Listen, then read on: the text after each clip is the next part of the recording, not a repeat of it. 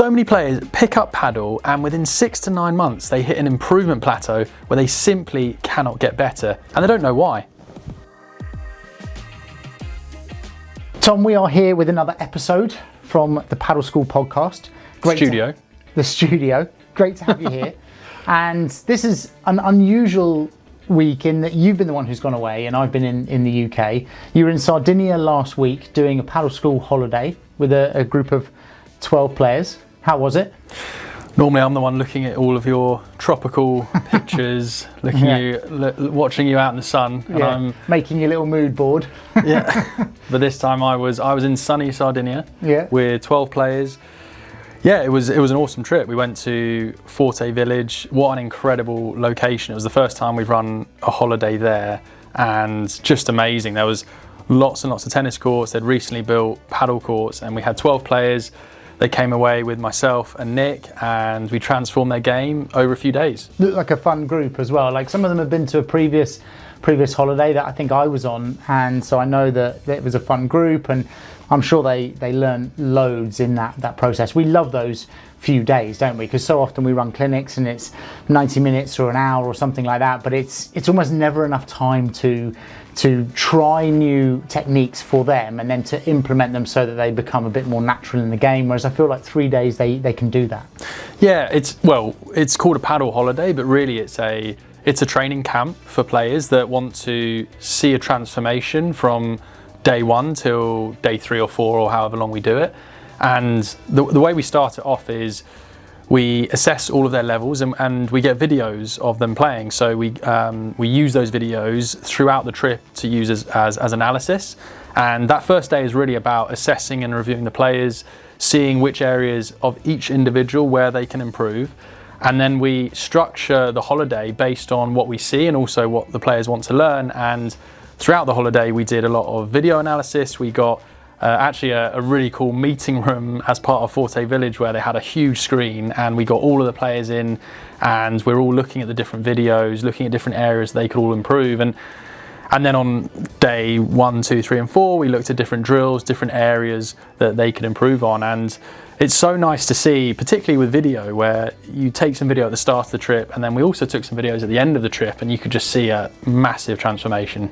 Like with that transformation, I remember when we did the first holiday, and I think part of the reason we did that match analysis in the first holiday is we had some members, because that's obviously what we do on the platform. They send in their videos, we give them feedback on their matches or their techniques, and it's so valuable for players to see themselves play and for a coach to go through and say, oh, you see how you moved to the net here, or you see how you played this shot and moved here. And it's like actually watching themselves with analysis. I don't think there's anything like it. Like we do obviously a lot of in-person coaching and have done for years, and I think that combining that with the analysis and with being able to break down your own skills on a video is so beneficial. Like players can see what they need to do and they see themselves doing it, and it makes it much easier for us as coaches. Like they actually know and have seen what they need to correct and then can correct it so quickly. Yeah, it's really, really valuable. A lot of the players had never seen themselves on video playing before as well. So for a lot of them, it was the first time that they saw themselves play. And I think it's also really good in a group setting because obviously when you have the video analysis, you want to see your own videos, but you learn so much also from other people's videos. And as a group, there was such a supportive group, like a massive shout out to them. They did such an amazing job. And they were so supportive of everyone else on the trip, and it was really just a group learning, and I think in those settings you just learn so much. And like you said about the platform, it's nice because there were a few members that were on the platform, and when the trip sadly ends, you always have that last day when tear in your eye. Yeah, when the players go back out into the wild, back to their own clubs. But the really nice thing about the platform, where there were a few members already on the holiday, was that we can continue to help them continue to stay in touch, and they can keep sending their videos into us. And that's really nice because it's not like we're going to wait another 6 months or so until we see them again on next holiday.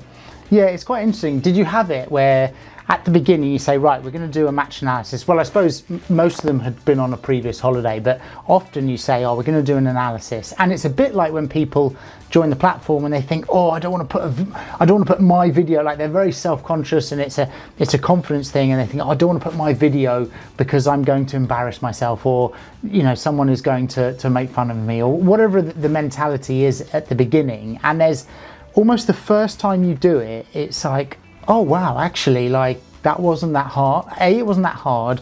B, it wasn't that bad in terms of no one said anything bad to me. And C, I got great advice from doing it. So but it is a bit of a barrier at the beginning. People almost don't want to see themselves, and this is at every level. This is the same for us. You never look as good as you think you do, right? Like whenever I'm doing a video of me, I'm thinking, God, my footwork is not as good as it should be, but it's a great way to learn, isn't it?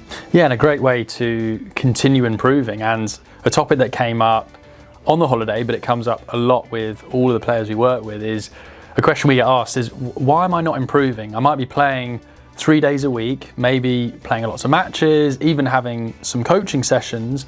But the question sometimes comes up, is like, why am I not improving? I'm playing 3 days a week and I've hit this plateau. And that's a topic we're going to get into today, is for all those players out there that perhaps feel like they've hit a plateau, how can they continue to improve long term?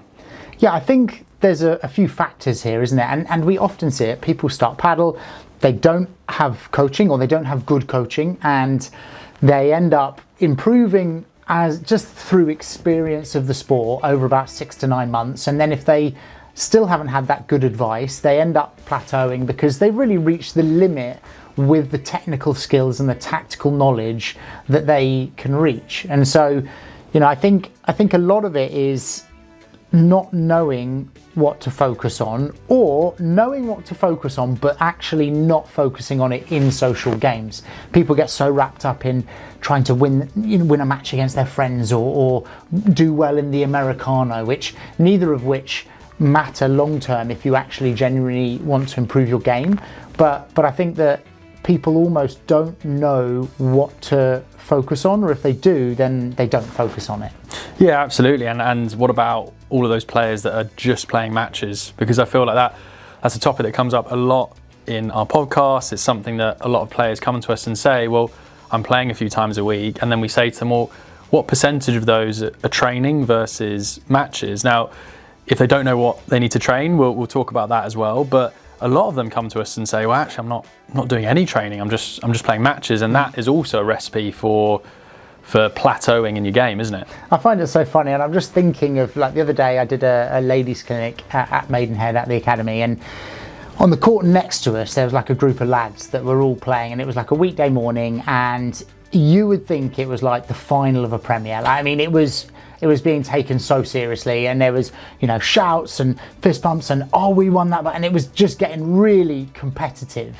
And the interesting thing is, like, when they came off, it was like they had the best time of their lives. Like, like they're competing, they're having a good game, and you speak to them, and we had a chat. Just coincidentally, I was having a coffee after the session, and they were kind of having a drink after theirs and talking about their game, and, oh, I really need to work on this and improve this, and if I could just finish with this, and I could just do this, and it's and as I know quite a lot of the community, I was just sat down and I was thinking, well, you need to improve those things. Like, you're obviously competitive, you obviously want to win these matches, you need to improve them. So, like, how do you think you're going to do that? Like, and there's almost like there's a kind of like, it twigs that, oh, actually, I probably need coaching, or I probably need help. Like, you'd never have that in tennis because you need the help to even play. Whereas here, it's like they get so immersed in the game, and then it's like, right, well, how do I actually get to another level? And it's like, well, actually, you need coaching. Like, someone needs to teach you the technique for the vibra if you want to use the vibra. So you're like the voice in the back of their head. So You just I was like, popped into that conversation. Going, yeah. I was like, oh, well, I can help. Yeah, but it's funny because it doesn't occur to people. What they will be thinking is the next time they go out, they're going to hit that smash harder. And that's why people plateau, is because they don't have the technical skills. They'll only get so far, and you'll only be able to compete at that level, whatever that level might be, as a it really depends on your previous sports experience and things like that. But let's say it's a 3.0. You won't get above a 3.0 unless someone teaches you the techniques for the shots, and ideally you practice them, right? Yeah, it can be tricky though, can't it? Because you might get to a 3.0 just playing matches and improving. And that's where it's a bit deceptive, isn't it? Because we're saying, well, you'll get to 3.0 and potentially plateau if you just play matches, but it's a deceptive one because you are improving as you play. Yeah, because you start playing and you feel like you're improving every time, and then even more frustration when you hit that plateau. You think, well, why am I here? Why am I at this plateau stage? Yeah, and it's a difficult one there. You almost want to say to people when they first step on the court, okay, you could be quite good at this. You could get yourself to a 3.0 in the space of a year, but have lessons now and you'll be at a 4.0 in less time. And then they might think, oh, okay, that's a good idea. But as you're going, you're thinking, I'm a natural. I've got this. Like that is the mentality, and I remember it. Understandably so. Yeah. We started and we came from a tennis background. I remember starting and thinking, oh, I've got this. Like my volleys, I'll put a bit of slice on. This is great. And it's only when you come up against someone better with more knowledge and more skills that you're like, oh, okay, well, now I actually need to go and learn how to play. All right, so let's look at the player that potentially was at the cafe in Maidenhead, who's overheard you. Who's overheard you pop your head into that conversation and gone, okay, Sandy, you're right. I need to start getting more training sessions in now. And maybe they've hit a plateau, but they've decided, right, I need to get training sessions in. What are some of the pitfalls for those players to avoid? Because it's not as simple as just, okay, I'm going to decide to train and I'm going to avoid the plateau, is it? Well, I think there's a couple of ways to do it. There's a bit of a process. You say, right, okay, either I don't know what's going wrong with my game and I need someone to help, in which case it's like a bit of a match analysis, or you have a lesson and you figure out where you need to work on. But if you say, right, my bandeja is really letting me down, then it's like, you know the shot, so you have the option of having a lesson on your bandeja. You have an option of reading material or watching material to understand the bandeja, videoing your own bandeja to see where that matches up compared to a good shot. And the real key is having like one or two accurate takeaways that you need to work on with that bandeja. And that's the problem, because we see lots of people that watch themselves and they see their technique and they go, oh, I need to do this and this. And we're there thinking, well, actually, you've almost got to go back to a bit more of a root cause. Maybe the grip is not right. Maybe the preparation is not right. Instead of them thinking, I need to swing faster, I need to put more slice on it, is something we hear a lot. And actually, they're not able to put more slice on it because the contact is late, and their contact is late because they haven't moved early enough, and they haven't moved early enough because they're not split stepping. So put a split step in, and then it will fix the issues along, and just as an example, but it will fix the issues further on. Then you don't need to worry about trying to spin the ball more. And that's the problem with the self-diagnosis, right? That's why, if you've got something medical, you go to a doctor, right? You don't diagnose your own technical issues on the paddle court because you might be wrong. And that's why we get people to send in videos to us, or why they can go for coaching. And then when they know those takeaways, those key focus points, then they need to go out and practice. Now, whether that's with a partner in a drill exercise and they can do some pair drills or drills as a four, and I mean, we use loads of drills in our clinics. Pretty much all of them come from our drill book, which we have on our platform, but we can use drills, or you can use a ball machine.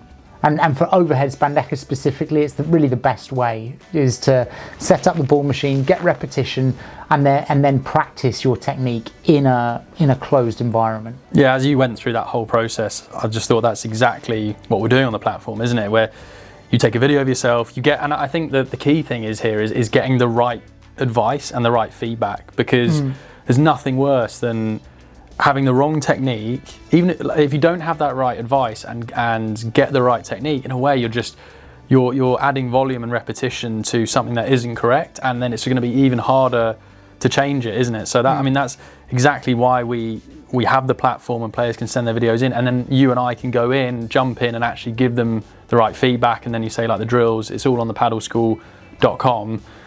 One thing, I quite like this term, but I think it applies, and I think it ties into what we're saying here, is like repetition without reflection. Because I think in between all of these stages you're talking about is there has to be a reflection period, doesn't there, around the training that you do. It's not just go out there, I'm gonna do 50 hours on it this week and almost hit aimlessly without the right drills, without the right advice. So that's a big problem for players that have adopted training and they go, right, I'm going to train now, I'm not just going to do matches, but then they go out there and they just train hour without the right advice, but also without reflecting in between the sessions. Yeah, and I think that's really the key to good practice in anything, isn't it? It's like practicing for the sake of practice versus like specific skill focused practice. Is, you know, that focus and reflection will help you narrow it down to what is really the key to you unlocking whichever shot it is you're talking about.